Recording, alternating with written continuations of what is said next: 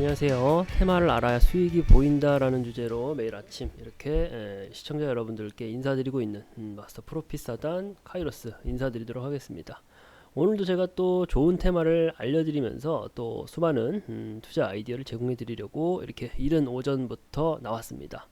끝까지 시청해 보시면서 분명히 그 도움이 되시는 투자 아이디어가 될 수 있는 부분들을 제가 전달을 해 드릴 테니 다소 지루할지언정 1시간이라는 짧은 시간이니까 집중하셔가지고 같이 좀 어떻게 하면 조금 더 좋은 수익을 얻어갈 수 있을지, 어떻게 하면 내가 투자 아이디어를 얻어갈 수 있을지, 특히나 그 테마라는 영역에서 어떻게 접근하면 좋을지에 대해서 한번 좀 같이 논의해 보도록 하겠습니다. 네. 일단 이제 프로핏사단 카이로스, 저죠. 프로핏사단 카이로스가 가장 좋아하는 매매 방식은 탑다운 방식의 매매 방식입니다. 다들 많이 들어보셨을 거예요. 주식 관련된 유명한 저서들을 읽어봐도 이 방식, 탑다운 방식을 강조하고 고수하죠. 저 또한도 탑다운 방식의 매매를 강조하고 고수하고 또 저희 여러 시청자분들 그리고 회원님들과 같이 매매할 때 탑다운 방식으로 매매를 진행하고 있습니다. 탑다운 방식이라는 것이 무엇이냐? 말 그대로입니다. 위에서 아래로 내려간다. 전체 시장에 대해서 살펴본 다음에 그 다음에 어떤 산업 그리고 제가 오늘 강조해서 말씀드릴 테마를 살펴본 다음에 그 산업과 그 테마 내에 있는 어떤 종목이 저평가되어 있고 우리가 매매를 했을 때 가장 유리할 수 있겠는가를 따져보는 합리적인 매매 방식이 탑다운 방식의 매매 방식입니다. 그렇다 보니까 이제 여러 차례 이 해당 종목에 대해서 검증하는 과정을 위에서부터 아래로 내려오다 보니까 조금 더 우리가 고개 끄덕여지는 매매 그리고 조금 더 안정적이고 수익을 잘 가져갈 수 있는 매매를 하기에 아주 훌륭하고 적합한 방식이다라고 말씀을 드릴 수 있을 텐데 특히나 이 부분에서 대부분의 이제 그 시청자분들 그러니까 이제 대부분의 초보 투자자분들 같은 경우는 어느 정도 그 전체적인 시장에 대해서 파악을 하려고 합니다. 어느 정도 전체적인 시장에 대해서 파악을 하기 위해서 뉴스도 좀 살펴보시고 신문을 읽어보시는 분들도 계시고요. 그렇게 하시는데 이 가운데 이 미들 영역인 산업과 테마에 대해서 간과하시는 분들이 많으세요.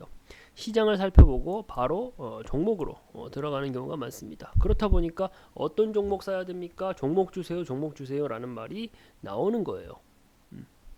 물론 저희 그 프로핏사단이 운영하고 있는 아래에 보시면 나오겠지만 노란 톡방 들어오시면 종목에 대한 이야기도 많이 해드립니다.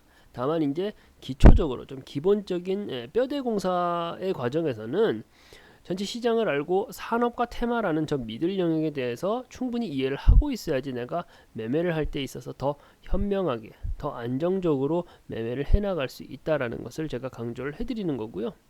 이 산업과 테마가 분명 다른 개념인데도 불구하고 그 구분을 하지 못하시는 분들이 많이 있습니다. 의외로 많이 있어요. 이 산업과 테마라는 부분을 우리가 잘 정리할 수 있다면 그 안에서 우리가 원하는 기회가 찾아올 것이다 라는 말씀을 드리는 거고요. 제가 오늘 가져온 테마가 있습니다.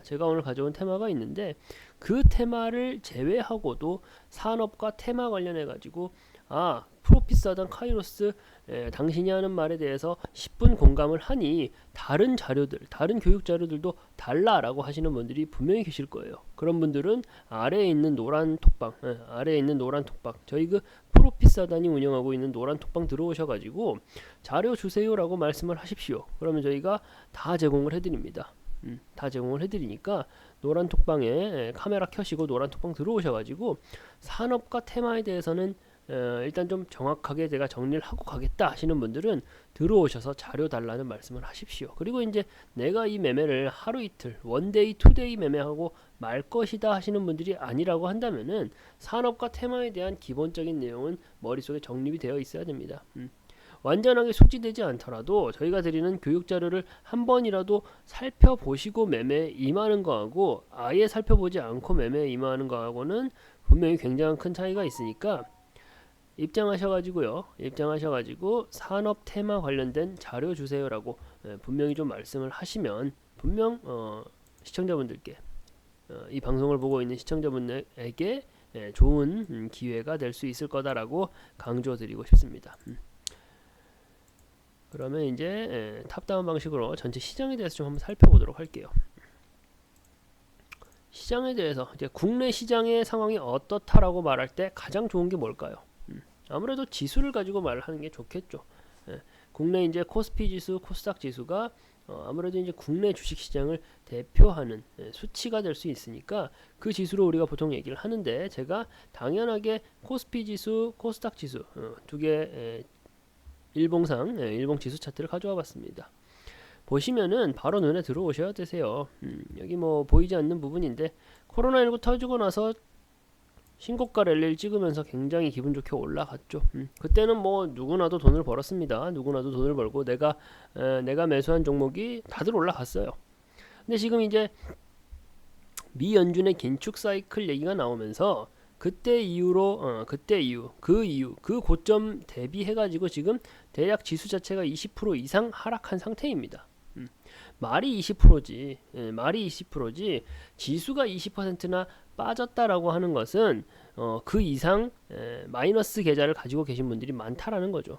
엄청나게 힘들다는 상황입니다. 엄청나게 힘들다고 이해를 하시면 되시는데, 지금 우리가 고무적으로 봐야 될 부분은, 지금 우리가 고무적으로 인식하고 봐야 될 부분은 이 포인트이죠.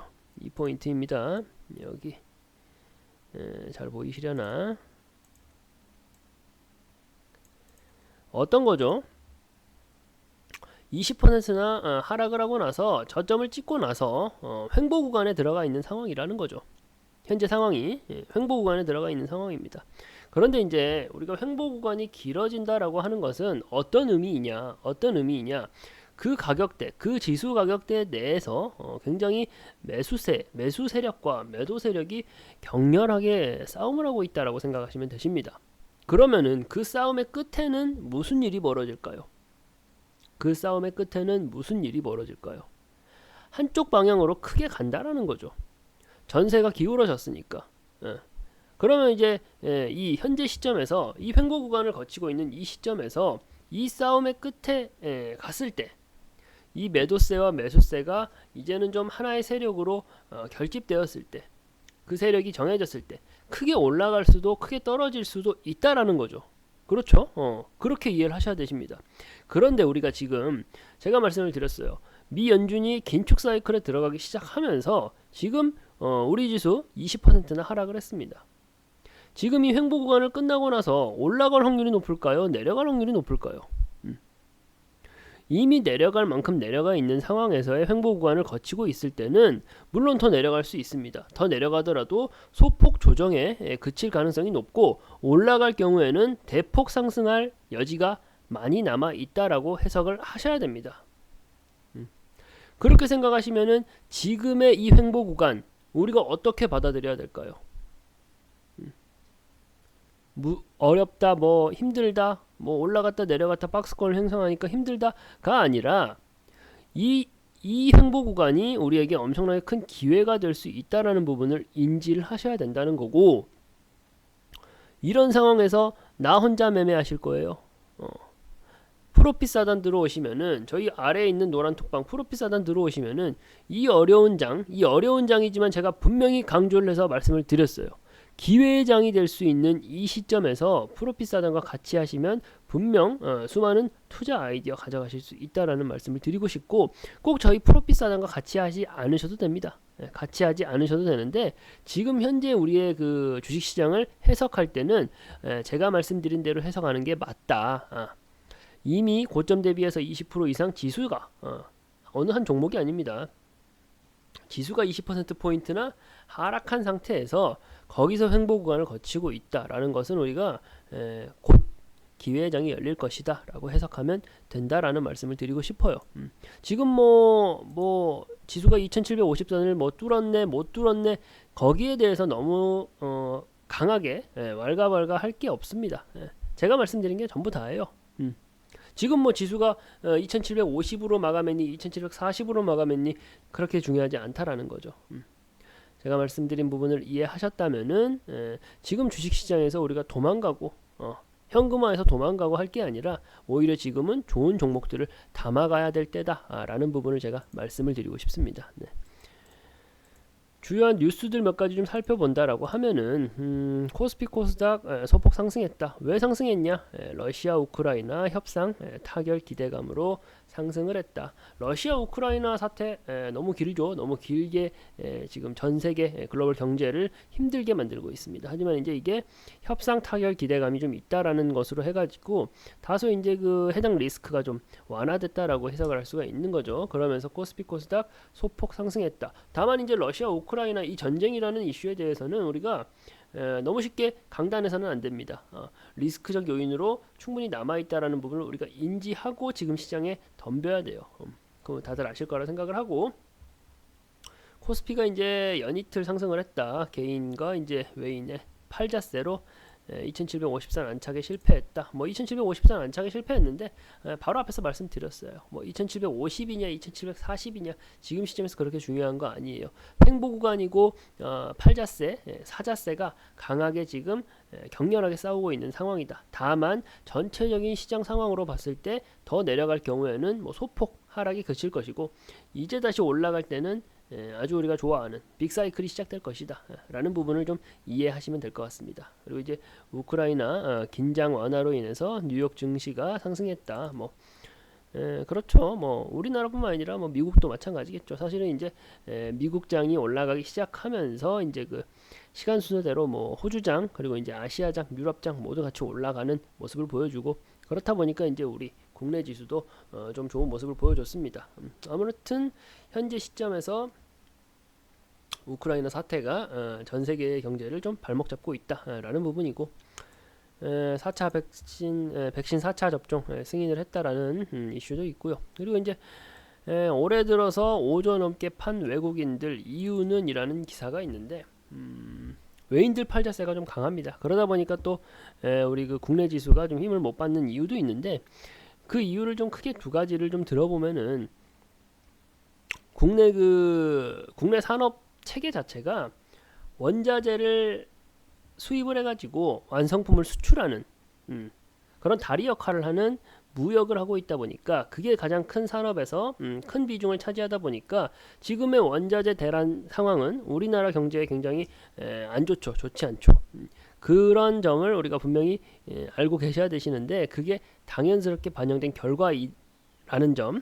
그리고 또 한 가지는 동남아 시장 대비해 가지고 지금의 제가 말씀드렸던 그 이유로 인해서 현재 우리나라 국내 증시가 사실은 외인들의 입장에서 봤을 때 그렇게 매력적인 시장은 아니라는 점 때문에 지금 외인들이 계속 팔자세를 나오고 있는 상황입니다. 하지만 이제 제가 몇 번이고 강조해 드렸고 저희 노란톡방에서도 말씀을 드렸던 부분인데, 외인 수급 다시 들어올 겁니다.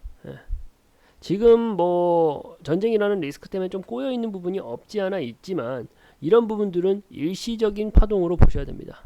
이런 부분들 일시적인 파동으로 보셔야 되기 때문에 외인 수급은 다시 들어올 것이다. 그리고 이제 그 시점이 아마 제가 말씀드렸던 빅사이클의 시작 신호탄이 될 것이다라는 말씀을 드리고 싶습니다.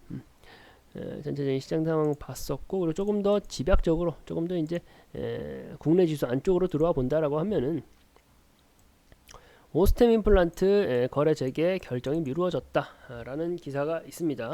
오스템 임플란트 사건으로 인해 가지고 지금 이제 국내 그 오스템 임플란트 사건으로 인해 가지고 국내 제약 바이오 업황에 굉장히 그 발목을 잡는 역할을 했던 부분 중에 하나가 오스템 임플란트 사태였죠.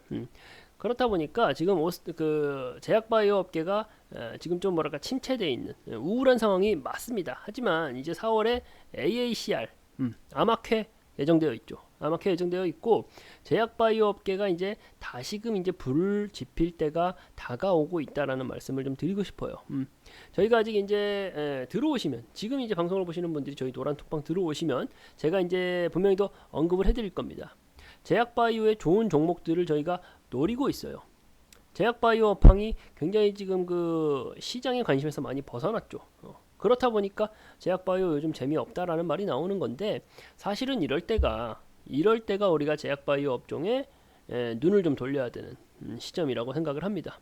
다들 좋다라고 하는 좀 뜨겁고 조금 뭐랄까요, 좀 이슈성이 강한 종목들보다는 말 그대로 그 펀더멘탈이 조금 떨어져 있는 펀더멘털 상으로는 좋지만 시장에 관심이 좀 떨어져 있는, 그러니까 쉽게 할인이 많이 되어 있는 종목들을 우리가 찾아서 미리 선점해서 매수를 해놓고 올라갈 때 시세 차익을 노리는 것이 가장 좀 현명하고 또 안정적인 매매라고 저는 생각을 하거든요. 그런 맥락에서 봤을 때 지금 제약바이오 업종 우리가 틈틈이 살펴봐야 되는 시점이 왔다라는 말씀 제가 한번 드려보고 싶습니다. 그리고 앞서 말씀드렸던 내용하고 좀 통하는 내용인데, 원자재 값이 폭등을 했죠. 원자재 값이 폭등을 하니까 국내 지수가 이제 힘들어졌던 건데, 원자재 값이 올라갔다고 해가지고 우리가 이제 통신 비용을 줄이진 않습니다. 통신 요금을 줄이진 않죠. 우리가 뭐 예를 들어서 5만원에 5만원짜리 통신 요금을 쓰고 있는데, 뭐 경기 어렵다고 만원짜리 통신 요금으로 바꾸지는 않잖아요. 그렇죠. 그렇다 보니까 통신주가 강세를 보였다. 통신주가 강세를 보였다. 이런 부분도 쉽게 시장 돌아가는 상황들을 보고 있으면은 알 수 있는 부분이죠.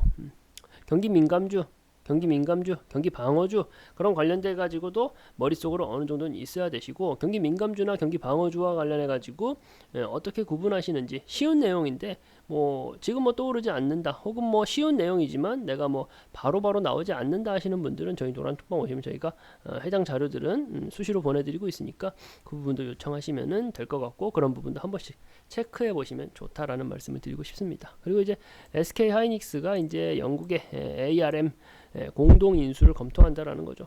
반도체 관련해 가지고 국내 기업들이 이제 계속적으로 그 투자를 하고 있다라는 겁니다.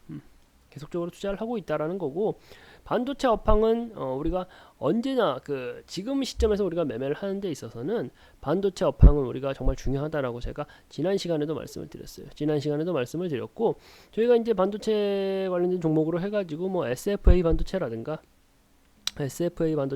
하나 마이크론이라든가 그런 종목들도 다 방송에서 말씀을 드렸잖아요. 그리고 결과 아주 좋다라는 거 다들 직접 보셨잖아요. 시청자분들께서도 보셨을 거예요. 그런 부분들을 봤을 때 지금 우리가 반도체 관련된 종목들을 잘 확인을 하셔야 되시고, SK 하이닉스 같은 뭐 대기업보다는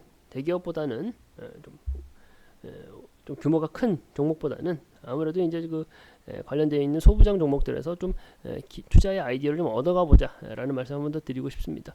반도체 업황에 대해서 계속적으로 관심을 가져야 된다는 말씀 좀 더 한 번 더 짚어드리고, 그리고 이제 주택 공급 늘리기가 새 대통령 공약인데 시멘트 없다, 전국이 대란이다. 시멘트 관련주도 또 최근에 좀 시끄러웠던 게 뭐 시세가 굉장히 좋게 나왔습니다. 근데 이제 저는 그렇게 말씀을 드리고 싶어요. 이런 부분이에요. 시멘트 관련주가 지금 상당히 뜨거운 것은 맞지만 과연 시멘트 관련주를 우리가 지속적으로 보고 관찰해야 될 것인가 라는 부분에 대해서는 의구심이 든다라는 거죠. 제가 오늘 말씀드릴 테마, 그리고 제가 지난 시간에 말씀드렸던 반도체 같은 테마, 어떤 산업에 우리가 집중해야 되는지를 조금 더 면밀하게 봐보자라는 거죠. 물론 시멘트 관련된 종목 들어가셔서 수익 잘 보신 분들 축하드려요. 잘하셨습니다. 하지만 애당초 저희 그 프로핏사단 같은 경우는 조금은 매매 스타일이 다릅니다. 할인되어 있는 종목, 충분히 지금 시점에서 우리가 매집을 해놨을 때 추후에 어렵지 않게 수익 형성이 가능한 그런 종목을 찾아다니는 매매를 하기 때문에 그런 매매를 조금 해보시는 게 어떻겠느냐, 이런 매매를 더 선호하는 성향을 가지신 분들이라고 하시면은 저희 그 프로핏사단과 같이 매매를 해보시자, 그러면서 투자 아이디어를 제공받아 보시라 라는 말씀을 드리고 싶고요. 잠깐 쉬었다가 제가 이제 뒤에 제가 오늘 가져온 테마에 대해서 설명을 드리고, 또 시간이 남는다면은 관련된 종목까지도 같이 한번 좀 짚어보도록 하겠습니다. 네, 잠깐 쉬었다가 오겠습니다.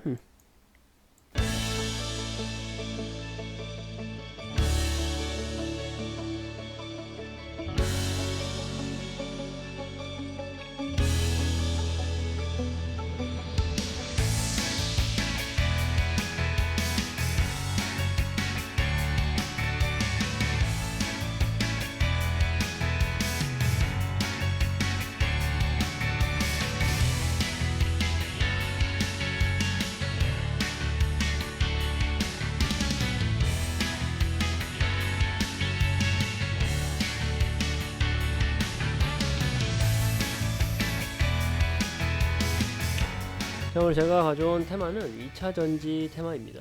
2차전지 테마. 주식 매매를 하시는 분들이라고 하시면은 뭐 지금 이 시점에 주식 매매를 하시는 분이라고 하시면 나 2차전지 관련된 테마에 속해 있는 2차전지 섹터에 속해 있는 관련주 투자를 안 해봤다 하시는 분이 아마 없으실 거예요. 모두 다가 2차전지 관련주에 대해서 투자를 다들 해보셨습니다. 매매를 다들 해보셨어요.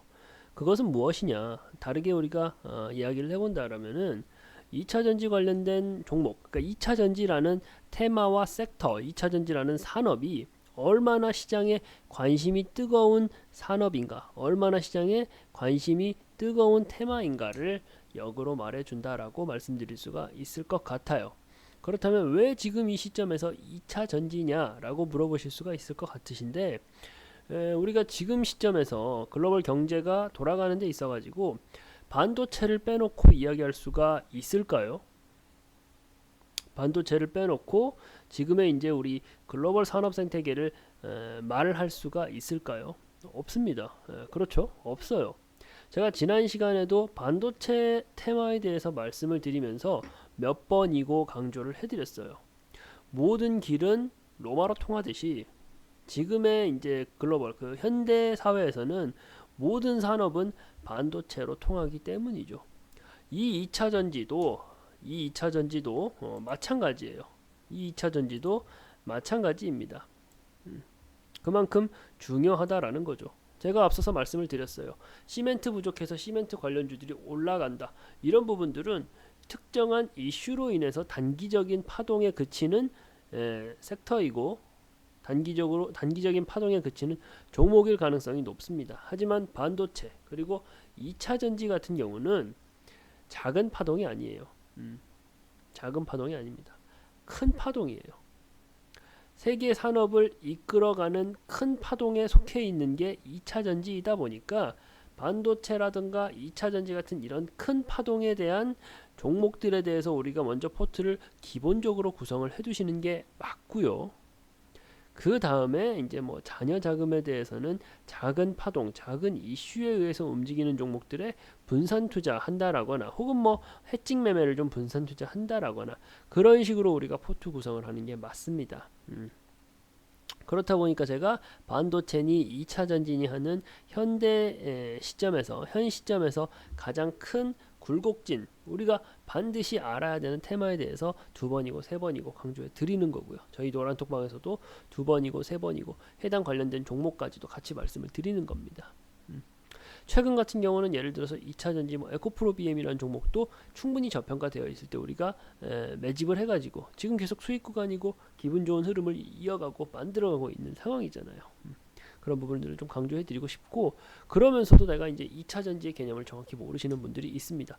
2차 전지 관련 주를 매수해봤다, 매도해봤다 하시는 분들은 있지만 2차 전지가 도대체 그 정의가 구체적으로 뭡니까? 라고 물어보면은 입을 딱 다무시는 정확하게 말씀하지 못하시는 분들이 많이 있으십니다.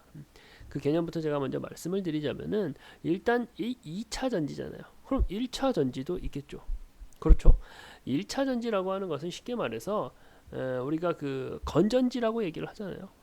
그냥 일반적으로 전지를 우리는 1차 전지라고 하는데 전지라는 것은 좀 우리가 개념적으로 쉽게 이해하기 위해서는 건전지는 다들 알고 계시잖아요. 휴대가 편한 전력을 제공할 수 있는 것을 우리가 건전지라고 하죠. 뭐 원통형 건전지도 있고 일반적으로 알고 있는 거는 원통형 건전지죠. 우리가 건전지 같은 경우는 한번 사용하고 나면은 버립니다. 그렇죠?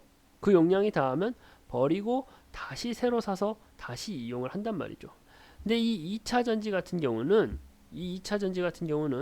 방전된 후에도 다시 충전의 과정을 거쳐 반복적으로 사용이 가능한 전지를 이야기한다라고 되어 있어요. 1차 전지는 우리가 이제 흔히 생각하는 건전지처럼 한번 사용하고 나면 한번 방전이 되고 나면은 버립니다. 반복적으로 사용이 어려워요. 근데 이 2차 전지라는 것은 방전된 후에도 다시 충전 과정을 거쳐서 반복적으로 사용 가능한 전지를 2차 전지라고 얘기를 하는 겁니다. 왜 2차 전지가 우리 현대 사회를 이끌어가는 중심 산업이라고 말할 수밖에 없느냐라고 한다면은 대표적인 예를 들 수 있는 게 스마트폰이 있어요. 우리가 스마트폰을 어떻게 합니까? 한번 배터리 용량이 다 되면은 버립니까? 그렇지 않죠. 충전해서 다시 사용하죠. 노트북도 마찬가지죠. 뭐 예를 들면 뭐 전기 자전거도 마찬가지입니다. 이미 스마트폰만 하더라도 지금 뭐 글로벌 산업에 있어가지고 절대 빼놓을 수 없는 굉장히 큰 산업군을 차지하고 있는 게 모바일이죠. 모바일 산업이죠. 그 스마트폰도 2차전지 배터리에 해당되는 거고, 그리고 이제 제가 오늘 조금 강조해서 말씀드릴 게 아무래도 전기차도 우리가 말 그대로 전기를 충전해 가지고 이동수단으로서 사용을 하는 건데, 어떻게 우리가 그 배터리가 방전됐다고 버립니까? 아니죠. 당연히 다시 충전을 해가지고 반복적으로 사용을 하는 게 전기차이고 2차전지입니다. 그리고 전기차의 그 여러 부속품 중에서 가장 핵심 부속품이 되는 것이 배터리, 이 2차전지이고요. 전기차라든지 그리고 ESS 전력 저장 장치라든지 이 모든 게 다 2차전지 테마에 들어가는 세부 산업들입니다. 우리가 이제 반도체를 중요하게 여기듯이 2차전지 또한도 앞으로 미래 사회, 뭐 현재 사회도 마찬가지입니다만 앞으로의 미래 사회에서의 성장성이 정말 뚜렷하고 우리가 의심의 여지 없이 지켜봐야 되는 산업이라는 것을 바로 대번에 알 수 있는 부분인 거죠. 그렇죠. 그렇죠. 그렇다면은 2차전지에 대한 기본적인 개념에 대해서는 일단 한번 훑어봤고요. 이 2차전지, 그 중에서 특히 리튬이온 배터리의 구조가 어떻게 되는지 좀 한번 간단하게 설명을 드려볼게요. 리튬이온 배터리의 구조가 어떻게 되는지. 물론 그 학문 쪽으로 들어가서 조금 더 기술적인 영역으로 들어가자면 더 크게 세분화할 수가 있겠지만, 일반적으로 우리가 2차전지, 특히 리튬이온 배터리 같은 경우는 여기 그 빨갛게 되어 있는 양극이 있으면 파랗게 되어 있는 음극이 있겠죠. 양극과 음극, 그리고 그 사이를 나누어 놓은 분리막이 있고요. 분리막이 있고요. 그리고 양극과 음극, 분리막, 그 모든 것을 통틀어서 이제 좀 메우고 있는 전해질이라는 물질이 있습니다. 이것을 메우고 있는 전해질이라는 물질이 있어요. 가장 크게 우리가 2차전지 구조에 있어서 가장 크게 우리가 생각해야 되는 부분들이 양극과 음극, 그리고 분리막, 전해질입니다. 양극과 음극, 분리막, 전해질이고, 이 양극과 음극 사이를 왔다 갔다 하면서 이 배터리가 방전이 되고 충전이 되고 하는 과정을 반복적으로 거치게 되는 겁니다. 그렇게 만들어진 이 배터리 하나를, 이 2차전지 배터리 하나를 우리는 이제 보편적으로 배터리 셀이라고 만듭니다. 셀이라고 부릅니다. 이러한 양극과 음극과 전해질 분리막으로 구조화되어 있는 이 배터리 하나를 우리는 배터리 셀이라고 불러요. 배터리 셀이라고 부르고, 이 배터리 셀 여러 개를 이렇게 모아놓은 것을 우리는 배터리 모듈이라고 부릅니다. 배터리 모듈은 배터리 셀이 여러 개 모여 있는 걸 배터리 모듈이라고 얘기하겠죠. 이 배터리 모듈을 또 여러 개를 모아놓은 것을 우리는 배터리 팩이라고 이야기를 합니다. 배터리가 이제 구조는 이렇게 되고, 이렇게 구조화되어 있는 양극과 음극, 전해질, 분리막으로 구조되어 있는 이 하나의 배터리를 우리는 배터리 셀이라고 부르는데, 이 배터리 셀이 또 여러 개를 모아놓은 것, 이 배터리 셀 여러 개를 모아놓은 걸 배터리 모듈, 그리고 이 배터리 모듈을 여러 개 모아놓은 것을 우리는 배터리 팩이라고 부른다. 그래서 이제 일반적으로 우리가 전기차에 이 배터리 팩이 들어가게 되는 겁니다. 이 배터리 팩이 전기차에 들어가게 되고, 그리고 앞서 말씀드렸던 전력 저장 장치라고 하는 ESS에 이 배터리 팩 여러 개를 모아 놓게 됩니다. 전기차 같은 경우는 아시겠죠? 배터리 팩을 넣어 놓으면은 이 배터리 팩의 용량에 따라 가지고 주행 거리가 결정이 되고요, 출력이 결정이 됩니다. 그리고 이 배터리 팩 내용에 있는 그 용량이 다 닳았을 때, 다 방전되어 있을 때는 다시 충전을 해가지고 이용을 하는 거죠. ESS 전력 저장 장치도 마찬가지입니다. ESS 전력 저장 장치는 뒤에서 제가 조금 더 깊이 있게 설명을 드리겠지만, 마찬가지로 에너지, 이 배터리 팩이라는 전력을 저장하는 에너지원을 한 곳에다 모아놓고 쉽게 말해서 우리가 일반적으로 그 보조 배터리를 이용을 하잖아요. 그러한 역할을 하는 것을 우리가 ESS 전력 저장 장치라고 생각을 하시면 돼요. 전력을 모아놨다가 적재적소에 필요할 때 시의적절할 때 이용하기 위한 장치인 거죠. 그것을 ESS 전력 저장 장치라고 한다. 이렇게 이해하시면 되시는데 제가 핵심이 되는 전기차하고 ESS 분야에 대해서 간단하게 설명을 드렸어요. 우리나라가 이제 이 배터리 2차 전지 업계에 있어서 전 세계적으로 놓고 봤을 때도 굉장히 강한 강대국에 들어갑니다.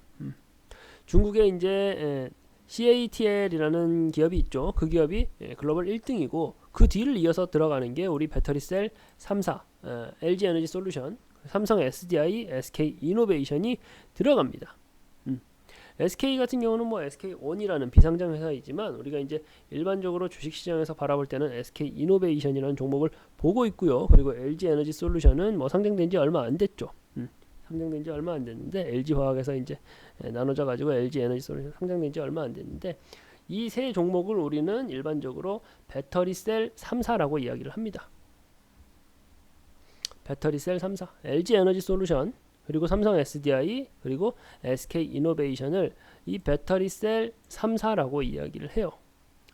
쉽게 말해서 우리가 자동차, 우리 국내 자동차 산업에 대해서 이야기를 할 때 현대차, 기아차 이 두 가지를 큰 기업 그 기본으로 두고서 그 밑에 굉장히 무수한 밸류체인이 형성이 되어 있잖아요. 2차 전지도 마찬가지입니다. LG 에너지 솔루션, 삼성 SDI, SK 이노베이션 이 세 가지의 배터리셀 3사를 기반으로 해가지고 대기업을 주축으로 해가지고 무수한 밸류체인이 형성되어 있는 거죠. 그 안에서 우리는 어떤 종목을 찾아낼지에 대해서 고민을 하는 거고요.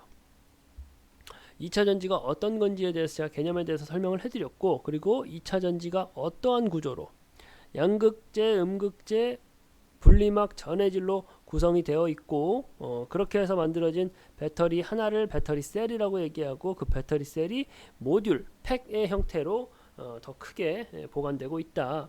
그러면서 이 배터리 팩을 이용해서 전기차 그리고 전력 저장 장치인 ESS를 만들어서 우리가 일상에서 활용을 하고 있다라는 점까지 제가 짚어드렸어요. 아시겠죠? 어렵지 않습니다. 어렵지 않고 어렵지 않은 개념이지만 이걸 또 제가 더 쉽게 설명을 해드리고 있어요. 그렇게 2차 전지라는 게 이렇게 형성이 되는 거고, 제가 전기차 ESS에 대해서 조금 더 깊게 설명을 해드린다고 했어요. 먼저 전기차 좀 볼게요. 전기차 같은 경우는 뭐 구태여 제가 개념에 대해서 설명드릴 필요는 없겠죠. 전기차 뭐 기존에는 뭐 이제 화석 연료를 통해 가지고 뭐 석유를 통해 가지고 자동차가 이제 그 동력을 만들어냈다라고 한다면은 지금은 이제 전기차 시대로 발빠르게 이제 변화해 가고 있는 상황이죠. 전기차 같은 경우가 지금 국내뿐만 아니라 전 세계적으로 증설 이슈가 있습니다. 증설 이슈가 있어요. 뭐 국내 자동차 제조사는 물론이고 뭐 끝까지 전기차는 안 만들겠다라고 고집하던 일본의 자동차 제조사들마저도 전기차 시장으로 뛰어들고 있습니다. 큰 흐름이에요. 이것은 뭐 누가 바꿀 수 없는 메가 트렌드입니다. 해외 증설 이슈가 많다라는 점은 우리가 앞으로 전기차 분야를 눈여겨봐야 된다라는 거죠. 주식 투자의 입장에서 말씀을 드리는 거예요. 주식 투자 관점에서 전기차라는 건 곧 2차 전지인 거죠. 해외 증설 이슈가 많이 있고 점진적으로는 이제 내연기관 자동차는 점점 역사의 뒤안길로 사라질 예정입니다. 그런 상황이고, 그것을 조금 우리가 정말 좀 구체적으로 수치화하는 것을 전기차의 침투율이다라고 표현을 합니다. 전기차의 침투율. 이게 무슨 말이냐? 기존에는 100% 내연기관 자동차였다라고 한다면은 과연 그 전기차가 얼마만큼의 그 시장 파이를 가져갔느냐, 시장 점유율을 가져가느냐를 수치화해 놓은 것을 우리는 전기차 침투율이라고 얘기하는데, 2023년도까지 대략 15% 그리고 2025년도까지는 한 27%까지 상향될 거라고 합니다. 그리고 실제로 뭐 유럽이라든가 뭐 중국, 우리나라 같은 경우도 미래적 계획이지만 2040년도, 2050년도에는 내연기관 차 판매 자체를 아예 안 하겠다라는 선언을 했습니다. 그 시기도 점점 줄어들고 앞당겨지고 있는 상황이고요. 그런 부분들을 본다라면은 우리가 전기차, 2차 전지 분야는 지속적인 성장이 가능할 것이다라고 당연스럽게 예상을 해볼 수가 있는 거죠. 차량용 반도체 공급 부족 심화로 인해 가지고 더더욱이나 이러한 전기차 증설, 전기차 침투율이 더더욱이나 발빠르게 가속화되고 있다라는 부분이고요. 그리고 이제 일반적으로 이제 우리 그 뭐 여기 배터리셀 3사 있죠. 앞서 말씀드렸던 SK, LG, 삼성 전부 다 이제 뭐 BMW, 벤츠, 뭐 테슬라, 뭐 포드, 현대차 글로벌 유수의 대형 자동차 제조사들하고 협업이 되고 있습니다. 왜? 2차 전지 배터리 같은 경우는 전기차에 있어서 가장 핵심 부품이고 핵심 부품이기 때문에 기존에 우리 그 배터리셀 3사가 계속적인 러브콜을 받을 수밖에 없는 거예요. 우리나라가 강대국을 가져가고 있는 우리나라가 주도권을 잡고 이끌고 가고 있는 그런 산업에 우리가 더더욱이나 집중을 해야지만 그 안에서 투자 아이디어가 나온다라는 것은 여러 시청자분들이 어렵지 않게 생각하실 수 있는 부분이잖아요. 그렇다 보니까 저희가 2차 전지 테마에 대해서 조금 더 살펴보자라는 거고 잠깐 쉬었다가 ESS라는 것에 대해서 제가 설명을 해드릴 거고 그 다음으로 종목까지 좀 빠르게 훑어보도록 하겠습니다. 네, 잠깐 쉬었다 올게요.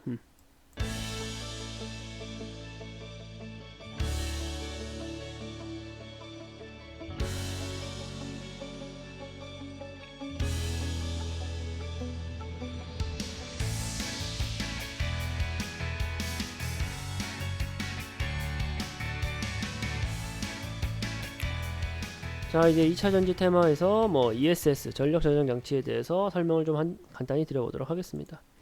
제가 이제 그 이미지로 가져온 게 바로 그 전력 저장 장치 ESS라는 겁니다. 우리가 그 일상적으로 쉽게 볼 수 있는 무슨 뭐 컨테이너 박스하고 비슷한 모양을 가지고 있죠. 앞에서 제가 설명해 드렸던 배터리 셀, 배터리 모듈, 배터리 팩이라고 말씀을 드렸는데 그 배터리 팩이라고 하면은 배터리 셀이 수십 개가 들어 있겠죠. 그 배터리 팩 수십 개가 들어가 있는 그러면은 배터리 셀이 뭐 수천 개가 되겠죠. 배터리 셀 개수로만 생각을 한다면 그 배터리 셀 수천 개가 들어있는 게 쉽게 말하면은 ESS 전력 저장 장치인 겁니다. 한마디로 작은 발전소 역할을 하는 거죠. 전력을 모아뒀다가 생산된 전력을 모아놨다가 필요로 하는 곳에 전력을 다시 보내주는 역할을 하는 게 이 ESS 전력 저장 장치이다 라는 겁니다. 왜 그러면은 그런 의문이 드실 거예요. 전력을 생산을 했으면 바로 사용해 버리면 되는 거 아니냐라고 말씀하실 수가 있는데 그 말도 응당 맞는 말이지만 한편으로는 지금 우리가 또 중요하게 생각해 봐야 될 부분이 친환경입니다. 친환경 에너지. 친환경 에너지라고 얘기하면은 대표적으로 우리가 풍력이라든지 혹은 태양열 발전을 떠올릴 수가 있습니다. 관련된 자료들, 관련된 뭐 교육 영상 같은 경우는 저희 노란 톡방 오시면은 있어요. 친환경 에너지 관련된 인프라가 굉장히 확대되어 있고 그리고 이제 앞으로 친환경 에너지 관련해서도 우리가 주목해서 봐야 되는 거기 때문에 관련된 자료들, 영상들 다 저희가 보유하고 있습니다. 그런 부분도 바로바로 제공해 드릴 수 있으니까 들어오셔가지고 뭐 이제 자료 달라, 친환경 에너지 관련된 자료 달라라고 막 이렇게 주라고 하시는 것보다는 자료 좀 같이 좀 볼 수 있게 해주세요 라고 이제 말씀해 주시면 저희 이제 연구원이라든가 친절하게 설명해 드리니까요. 자료 같은 거 받아서 가져가십시오. 어쨌든 다시 이제 본론으로 들어와서 태양열 발전이라든가 뭐 풍력 발전 같은 경우는 우리가 원하는 만큼만 생산해낼 수가 없죠. 바람이 언제 세게 불지 햇빛이 언제 세게 내리쬐일지에 따라 가지고 생산되는 양이 다르고 그것을 우리가 온전히 컨트롤하기는 어렵습니다. 예를 들면은 저녁 시간이 되었을 때 해가 없을 때 태양열 발전은 무용지물이겠죠. 풍력도 마찬가지입니다. 바람이 안 불 때는 전력을 생산할 수가 없어요. 그렇다 보니까 생산할 수 있을 때 에너지를 충분히 생산을 해가지고 그 전력을 모아놓을 ESS가 당연히 필요한 겁니다. 친환경 에너지 관련된 인프라 투자가 굉장히 활성화가 되고 있는 상황이에요. 거기에 대해서는 뭐 미국의 대통령 조 바이든 대통령도 ESS 전력 저장 장치에 대한 투자를 아끼지 않겠다라고 언급을 했다 보니까 앞으로 ESS 관련된 전망은 밝다. 굉장히 밝다. 우리가 투자 매매하는 관점에서 투자자의 관점에서 봤을 때도 ESS 전력 저장 장치의 향후 전망은 굉장히 밝다라고 이야기할 수가 있어요. 더 큰 맥락에서는 2차 전지겠죠. 그리고 이제 ESS 수요 확대가 지속될 것이다라고 예상을 한다라는 거죠. 지금 뭐 친환경 에너지 관련해서는 전 세계적으로 지금 혈안이 되어 있는 이슈이다 보니까 ESS 2차 전지 테마 산업 섹터 내에 ESS 전력 저장 장치 관련된 부분은 커질 수밖에 없는 겁니다. ESS 때문에 2차 전지를 보는 게 아니라 2차 전지 테마 자체를 지금 우리가 중요하다라고 제가 강조를 드리고 있는 부분인 거죠. ESS 전력 저장 장치. 2차 전지 테마에서 가장 우리가 중점적으로 봐야 될 것은 앞서서 말씀드렸던 전기차 그리고 전력 저장 장치 ESS 이 부분이라는 것을 인지하시면 될 것 같으세요. 충분히 이 부분을 인지하셔야 될 것 같고, 그렇다면은 자 볼게요. 밸류체인 한번 봐보겠습니다. 밸류체인 2차 전지 밸류체인 앞서서 제가 말씀드렸죠. 배터리 셀 3사가 있다. LG 에너지 솔루션 그리고 SK온, SK이노베이션이 상장사라고 말씀을 드렸어요. 그리고 삼성 SDI 빅3 배터리 셀 3사라고 우리는 보통 부릅니다. 이 배터리 셀 3사를 기준으로 제가 무수한 밸류 체인이 형성되어 있다라고 말씀을 드렸어요. 특히 뭐 예를 들면 소재 분야에서는 뭐 앞서 말씀드렸던 양극재, 음극재, 전해질, 뭐 분리막, 동박 이렇게 해가지고 소재 관련된 종목들이 쭉 있어요. 그리고 이제 공정 장비 관련해 가지고는 뭐 전극 공정이라든가 조립 공정, 그리고 이제 화성 공정, 뭐 기타 공정, 공정 쪽으로도 다 있는 거죠. 공정 장비에서. 그리고 검사 장비도 뭐 쭉 있습니다. 자동화 장비 쪽도 쭉 있는 거고요. 그렇죠. 2차 전지 밸류 체인이 이렇게 형성되어 있다라고 생각을 하시면 되시는데, 제가 이제 2차 전지를 강조해 드리는 게 지금 이 오전 시간만 강조해 드리는 게 아니죠. 아닙니다. 이미 저희 노란톡방 들어오신 분들은 관련된 종목으로서 재미를 많이, 수익을 많이 보고 있어요. 최근에 언급드린 종목 중에서는 이 양극재 관련된 에코프로비엠, 에코프로비엠이라든가 LNF라는 종목으로 굉장히 좀 좋은 결과를 만들어내고 있죠. 좋지 않았습니다. 2차전지 산업 자체가, 2차전지 테마 자체가 전반적으로 좋지는 않았어요. 근데 우리는 언제 진입했냐, 그 시기가 굉장히 중요할 거잖아요. 충분히 저평가가 이루어져 있을 때 저희는 진입을 해가지고 지금 아주 좋은 성적을 내고 있습니다. 노란 톡방이 있으신 분들은 알고 계실 거고, 잘 모르겠다 하시는 분들은 들어오셔가지고 같이 그런 투자 아이디어를 받아 가시라는 거예요. 제가 이제 이 밸류체인 안에 있는 뭐 여러 종목들이 있지만 노랗게 칠해놓은 종목들이 있습니다. 노랗게 칠해놓은 종목들이 있어요. 다 저희 노란 톡방에서 언급해드리고 같이 투자했던, 같이 그 추적권 차라면서 수익을 봤던 종목들입니다. 뭐 첨보, 솔브레인, 뭐 후성, 동아기업, SKC, 뭐 일진머티리얼 다 그래요.